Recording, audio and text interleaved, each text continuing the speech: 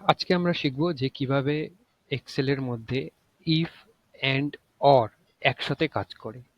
তো এটা খুবই ভালো ফাংশন যেটার মাধ্যমে আমরা র্যান্ডামলি সিলেক্ট করতে পারি যে নিজের চুজ মতন ডেটা বা কোনো ম্যানেজার বা কোনো সিনিয়র যদি আমাদের বলে যে এখান থেকে এ ব্র্যান্ডটা ধরবে এবং সাব ব্র্যান্ডের মধ্যে ধরতে হবে এ এ এবং এডি, এগুলো যদি এই দুটো কন্ডিশন ম্যাচ করে তবেই এখানে ফর্মুলাতে ইয়েস আসবে, না হলে তোমার কিছু আসবে না। তো এটা আমরা কিভাবে একটা ফর্মুলার মাধ্যমে পাই সেটাই আমি আজকে শিখবো। তার আগে যদি আমার এই চ্যানেলটা ভালো লেগে থাকে তাহলে সাবস্ক্রাইব করো এবং অবশ্যই বেল আইকন ক্লিক করতে ভুলো না, এবং আমার অনলাইনের ক্লাস জয়েন করার জন্য আমাকে অবশ্য হোয়াটসঅ্যাপ করো। তাহলে এবার আমরা শিখবো যে কিভাবে এই ফর্মুলাটা কাজ করে। তো আমরা প্রথমে দেবো ইকুয়াল টু দিলেই যে কোনো ফর্মুলা আমাদের শুরু হয়, সেটাই আমরা জানি। ইকুয়াল টু দিয়ে প্রথমে লিখবো ইফ, দিয়ে ট্যাব দেবো। ট্যাব দিলে আমাদের ফর্মুলাটা আমরা ইফের মধ্যে পড়লো। তারপরে লিখবো আমরা and, A N D, and.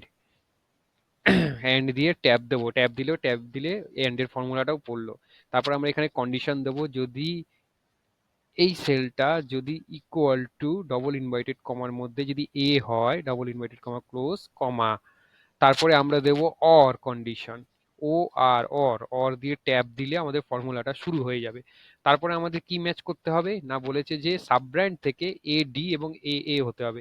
তাহলে আমরা ধরবো সাব ব্র্যান্ডের এই সেলটা ইকুয়াল টু যদি এ এ হয় কমা, আবার ধরবো সাব ব্র্যান্ডের এই সেলটা যদি ডবল ইনভার্টেড কমার মধ্যে ইকুয়াল টু দিয়ে ডবল ইনভার্টেড কমা, তারপরে এডি হয় ডবল ইনভার্টেড কমা, তারপরে আমাদের অর ফর্মুলাটা শেষ করার জন্য আমরা এখান দিয়ে ব্র্যাকেট ওপেন করেছিলাম, এখান থেকে ব্র্যাকেট ক্লোজ করব, দিয়ে আমরা এন্ডের জন্যও আবার একটা ব্র্যাকেট ক্লোজ করব, দিয়ে কমা। তাহলে যদি এই কন্ডিশনটা ম্যাচ করে তবে হবে yes, double inverted comma close comma, আর যদি না হয় তাহলে হবে আমাদের একটা dash, double inverted comma bracket close enter.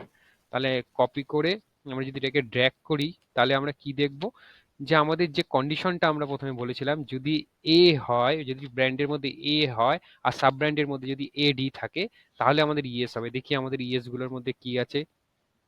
ES গুলোর মধ্যে এ আছে, ব্র্যান্ডের মধ্যে ব্র্যান্ডের মধ্যে এ আছে, আর সাব ব্র্যান্ডের মধ্যে এ এবং এডি আছে। যদি আমার এই ভিডিওটা ভালো লেগে থাকে তাহলে অবশ্যই লাইক, শেয়ার এবং কমেন্ট করো। Thank you.